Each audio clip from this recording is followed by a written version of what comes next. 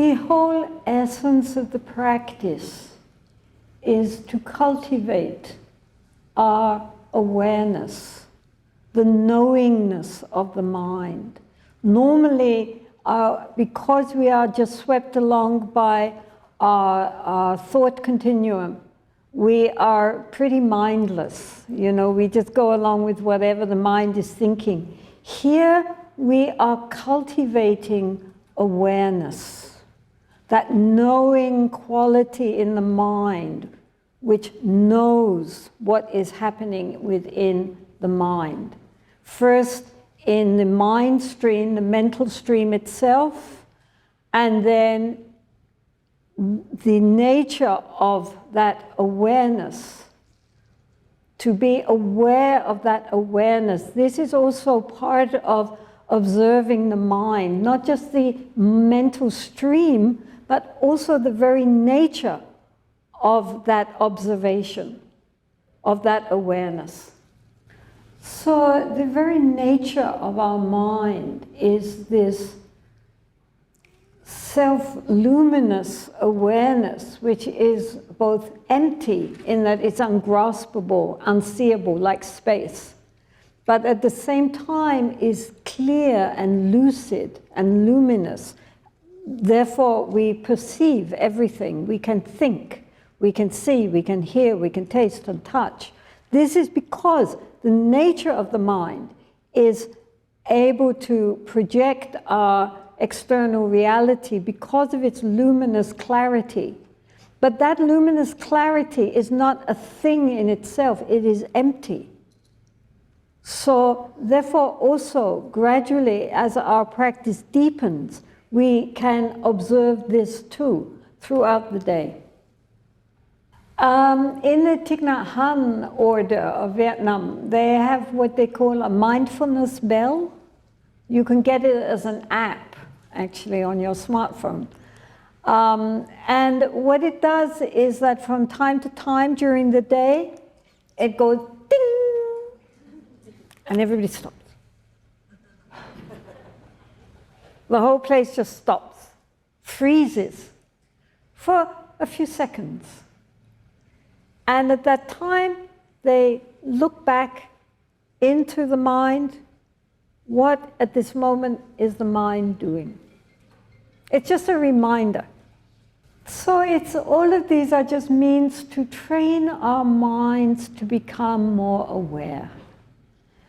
We get lost in all our things, feelings and emotions and thoughts, and we find it very difficult to stay with what is in this present moment, which is actually all that we have. The past is gone, the future has not come. The only time we have is now. And if in the now we are thinking back into the past or into the future or just running around chattering to ourselves, then we have lost even the present, which is the only time we have. So it's a very sad situation. We are trying to bring ourselves back here and now, which is the only reality which we could know. And even that is, you know, passing. Even as I say now, it's already past. So he's saying that the most important thing that anyone can tell us is to observe our mind. There's nothing more important than that. At whatever level we are able to carry out this instruction, cultivate our ability to be aware of what is really going on within us. Yeah, really, I mean, the most important things we can learn is how to become more aware, more knowing, and how to open up the heart to be kind to all beings. So he says the supreme remedy, the remedy to all our negative emotions and to all our problems and difficulties, the supreme remedy is to know that nothing has self-nature. So not only do we not have any central core which is solid, unchanging, and separates us from everybody else who has their own little separate core. You know, me versus everyone else. Not only is that a delusion, but also the fact that everything else appears to exist from its own side, independently of everything else, is likewise a delusion. So where it says that nothing has self-nature, in Buddhist terminology, this is called emptiness. And emptiness doesn't mean nothingness, but emptiness means that things are not the way they appear to us through our unenlightened senses. The perceptions which we receive through our sense doors, which are processed through our mental consciousnesses, do not give us a correct vision or version of how things actually exist. His Holiness the Dalai Lama is very fascinated by modern science. He is especially fascinated and very close contact with neuroscience and neuroscientists, and also with quantum physicists, because both of them are coming to pretty much the same conclusions as was reached by the Buddha 2,500 years ago, especially about the nature of selflessness and interconnection, interdependent origination. So previously,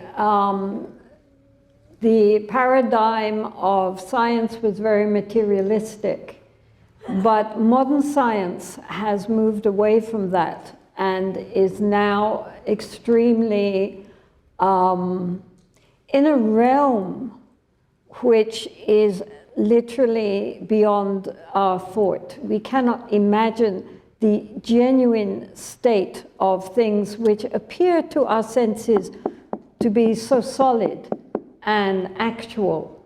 When they are reduced down and down and down, then the essential nature can never be revealed. It is not, you cannot find what is anything in its ultimate nature.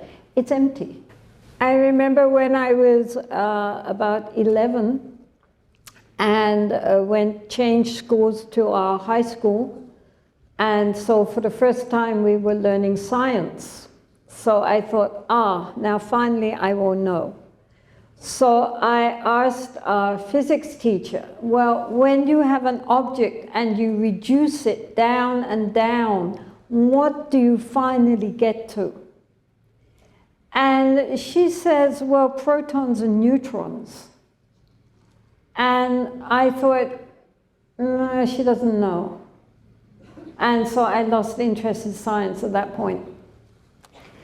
If she had said, well, you get down to a level of, either waves or impulses and there's kind of energetic space, then I would have stayed interested. But because it's if you have a proton and a neutron, obviously if you have a thing, you must be able to divide that. Any object that we have, if it still remains an object, must be still divisible. And this is why His Holiness is so fascinated by quantum physics, because they have recognized that there's nothing which you can actually say, this is the thing in itself, ultimately. There just isn't. There is a dialogue said to be between the Dalai Lama and a quantum physicist, in which the Dalai Lama was saying to the scientist, really, I don't know. The scientist was saying to the Dalai Lama, I don't know how you have understood this without machines. And the Dalai Lama said to the scientist, I don't know how you understood this without meditation.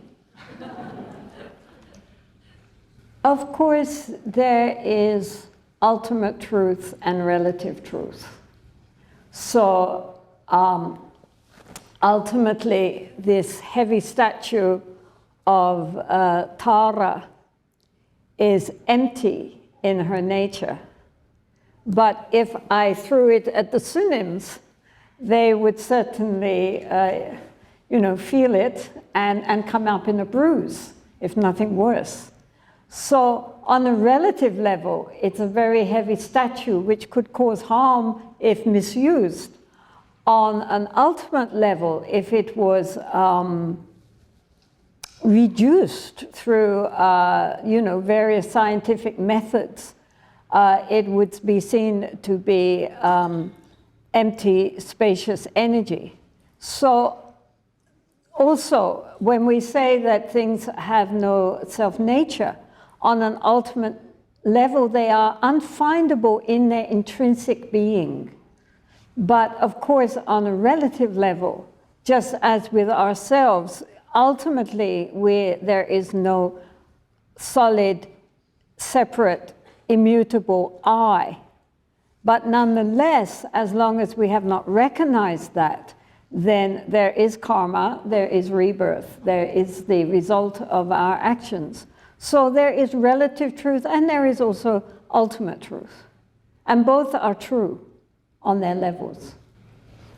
I mean, a simple explanation of this is like lesson number 1 in philosophy. Okay, this is a table.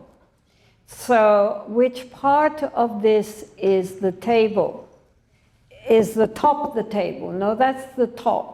Well, are the sides of the table? No, they're the sides. So this top part, this is the table. No, that's the top of the table. Well, what about underneath? Is that the table? No, that's the underneath of the table. And as we begin to separate, where is the tableness of the table? We see that we fabricate the image of something which we label as a table. If it supplies a certain function, but nonetheless, if I was using one of your chairs, to sitting on the floor and using a chair as a writing to write on, then chair would become a table. In other words, the thing in itself is only designated to its utility, but in itself, it does not have the nature of a table. Do you understand what I'm talking about? I mean, we designate something, we label it, and then we think that gives a reality to the object. But actually, the object, which is made of so many different parts, is just as it is. It is only called a table because we designate it as a table. If I sit on it, it becomes a seat. Do you understand? We do this the whole time with everything. We reify everything. We make everything into things which actually are just a combination of causes and conditions, the sides, the bottom, the top, and so forth. And each part can also then be subdivided and subdivided down and down and down till you get to atoms and protons and neutrons, and then you get to space. I mean, never can we find a thing in itself which is indisputably forever a table. Do you understand what I'm saying? I mean, they spend years debating these type of things. But the idea is that we ourselves make the designation. We ourselves put labels on things and then think that that thing is that thing from its own side, not recognizing that that is purely our own designation for that thing, and that it does not exist in that format of itself, from its own side, from its own nature. From its own nature, it has no self-nature. It's only what we then choose to designate with our kind of conceptual thinking mind. So also from the point of view of neuroscience now, it is becoming very interesting, even though they have not understood yet the nature of consciousness, because consciousness cannot be caught in their machines. Nonetheless, their understanding of perception is very, very close to the Buddhist view, that what is perceived through, for example, our eye consciousness, is just vague shades and colors and shapes. But it is the mind consciousness which clicks into being and says, oh, that is a flower, that is a leaf, that is green, that is cream colored, and so forth. This is not supplied by the eye consciousness. The eye consciousness just sees kind of vague, blurred shapes and varying colors which it cannot name. But the brain, which is a supercomputer, really brings, compares and analyzes and comes up with the names, the ideas, what it is, what it looks like, and also whether we like it or don't like it. Very quick, the brain, very tricky. But therefore, our perception of our external world is mostly a projection from our own mind, and is not, everything that we see is not how things really exist. So therefore, in the traditional texts, the world is described as a dream, a mirage, a rainbow, and an illusion, in that it arises due to causes and conditions, but cannot be found from its own side, like a rainbow, a mirage. They look very real, very, very self-existent, but actually they just arise because of, you know, various causes and conditions, and cannot, the thing in itself cannot never be found. Today the Buddha might have said, like a movie. The supreme remedy is to know that nothing has self-nature. When it says remedy, what is it the remedy against? Well, it's a remedy against the three poisons of greed, aversion, and ignorance. When we recognize that things are not as substantial and real as they appear to be, then our need to grasp or to reject becomes much, much softer. And as a result, it is a remedy against the sickness of our being dominated by the poisonous attitudes of the mind.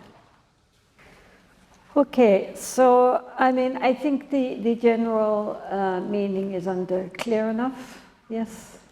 That so much of what we perceive as being something self-existent from its own side actually is essentially a projection of our own mind.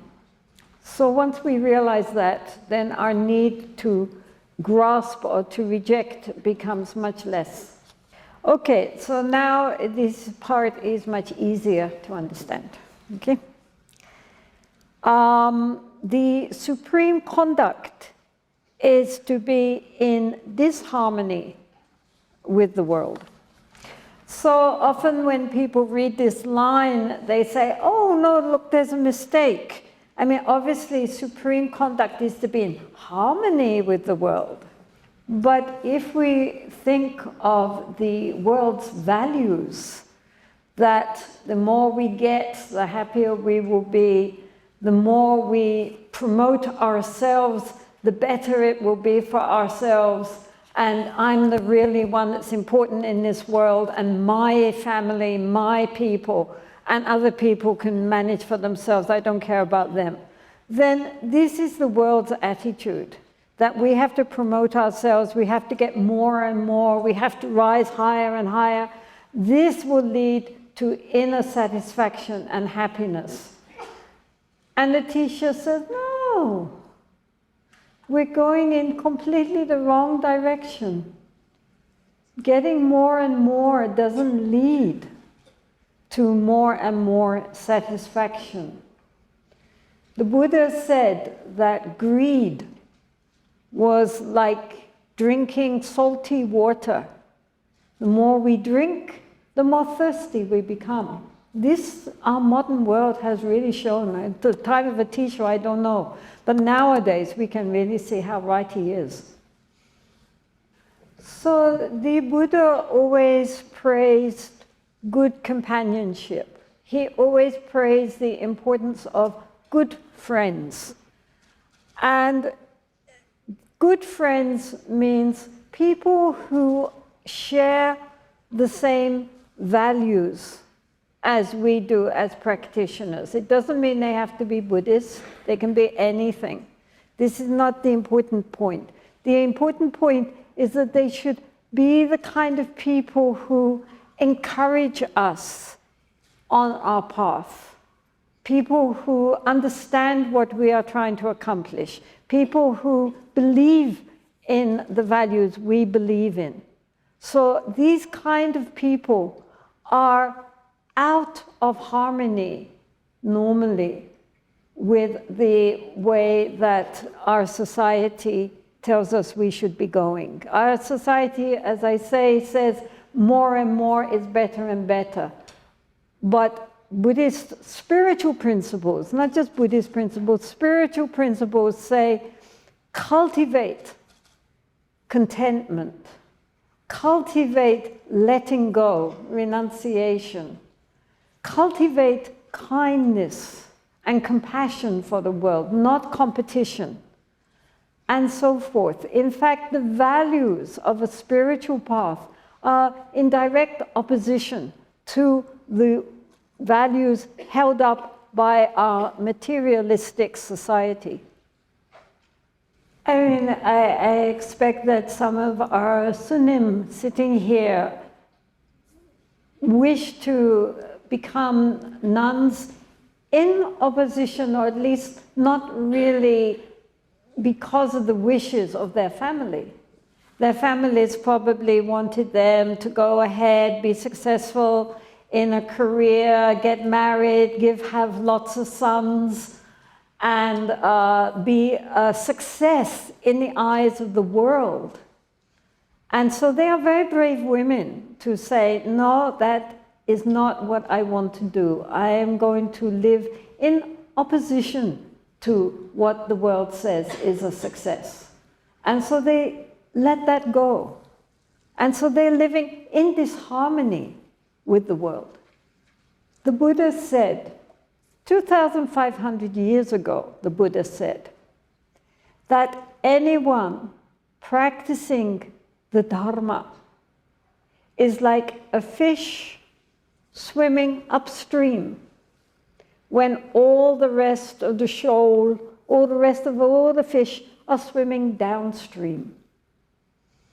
And so even at that time, he understood that the spiritual path in many ways is a lonely journey because we are going against the current of the world.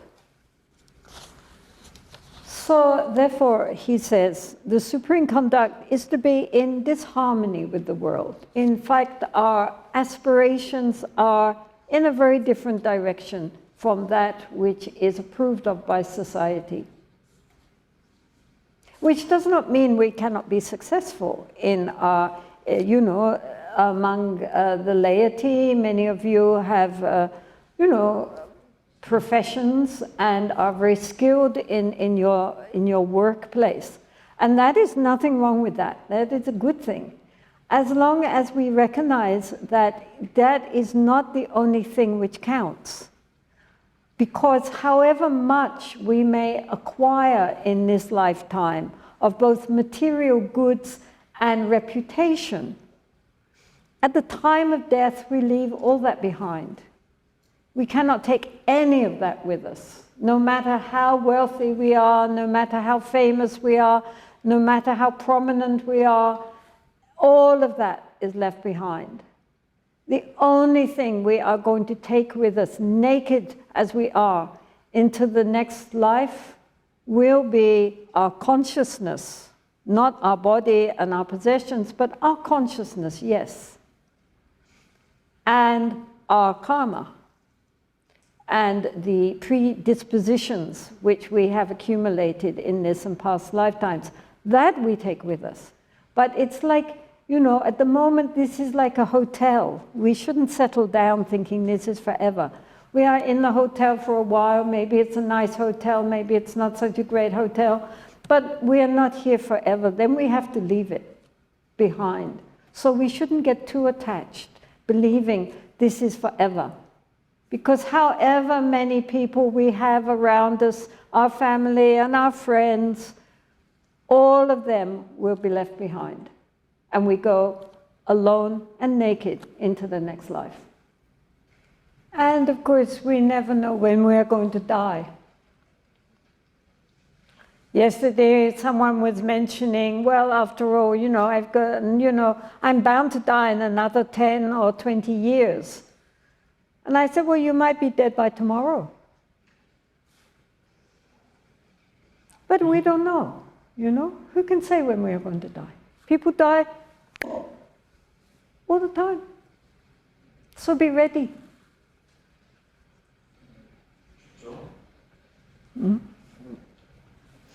Okay.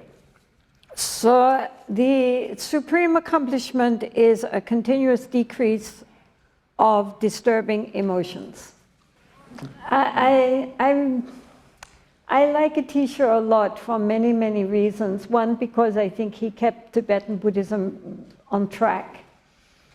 But also because when he comes to these expressions, he kind of gives it a twist. You know, he doesn't say what you expect him to say. The word which in English is translated as accomplishment, I don't know what it is in Korean, but in Tibetan is murup, and in Sanskrit is siddhi. So siddhis are often understood as clairvoyant powers, magical powers. Even today in India, there are some gurus who have many siddhis and are called siddha.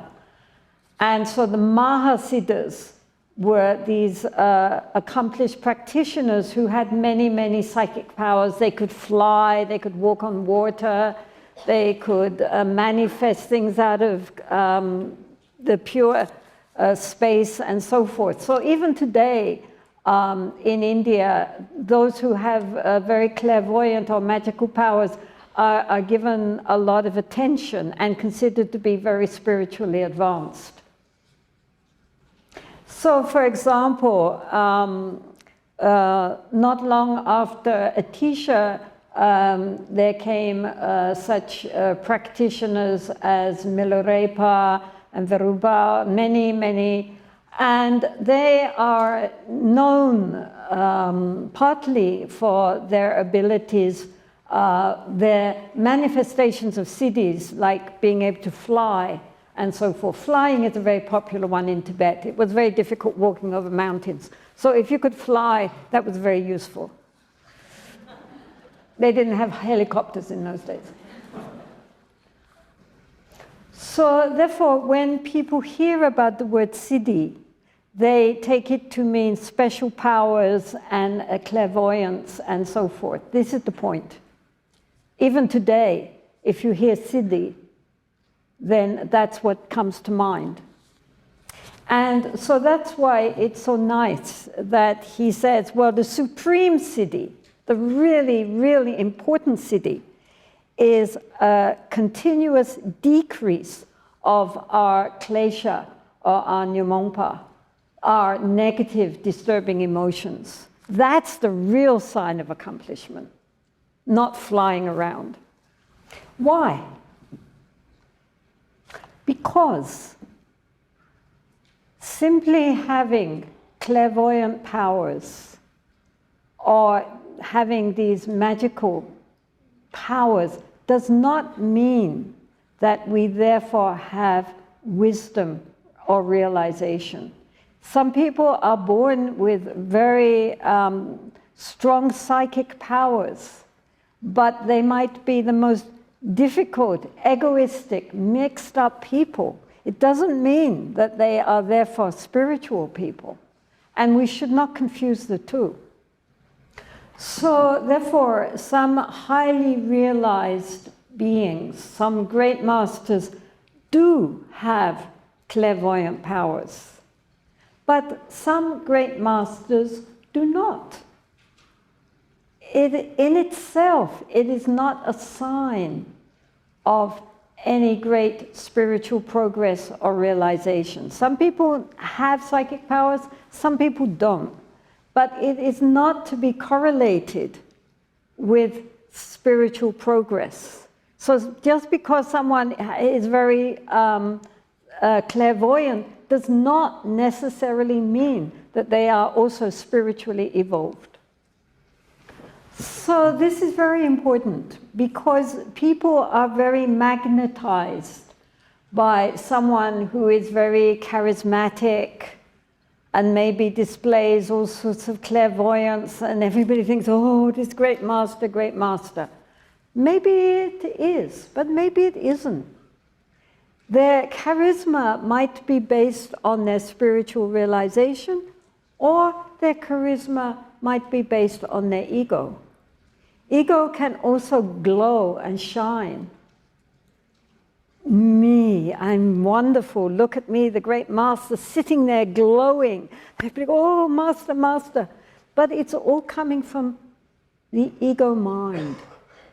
And so we have to be very, very careful in discriminating those who have genuine wisdom and humility and those who are glowing because of their self-inflation. So some of the greatest masters are extraordinarily ordinary. You wouldn't notice them in a crowd. They don't look like anything. They don't regard themselves as anything. But they are the ones who genuinely know through their own personal experience. So that, of course, decreases the ego. And so therefore they are not promoting themselves. Some of the biggest frauds are those who have many powers and very charismatic, but as I say, it's not based on genuine wisdom, but on their sense of ego inflation. So that ego inflation can be very dazzling and attractive. And some great masters also have that. But so we have to be very discriminating. What is genuine and what is really fraudulent. And it does not depend on their clairvoyance. That is totally beside the point. And this is why Atisha here is pointing out that is not what we have to look for. Their charismatic, clairvoyant powers, their siddhi, is not the point. The genuine siddhi is something quite different. Because nowadays in the modern world, I don't know in Korea, but certainly in China and elsewhere, there are many fraudulent gurus who look very splendid, much more splendid than the real ones. So elsewhere, Atisha says that if one does an extensive retreat, like even a one-year retreat, the criteria when we leave that retreat is not, how much bliss we experience, how many visions we had, all the sort of exciting things which could happen in retreat. He says, to judge that retreat, have our disturbing emotions, our klesha, have they increased, stayed the same, or decreased? That's the only way we can judge, was that a successful retreat or not? Have our greed, our anger, our pride, our jealousy, and our inherent dullness, have they increased? We've become more sensitive, more upset, more irritable at the world. Or much the same as when we started, not really much difference. Or have they actually decreased? That when things come up which otherwise would have upset us, we are not upset. And when we see things which were previously enticing, we don't care. And in general, our nature has become more peaceful and more clear. In that case, it was a successful retreat. Otherwise, not.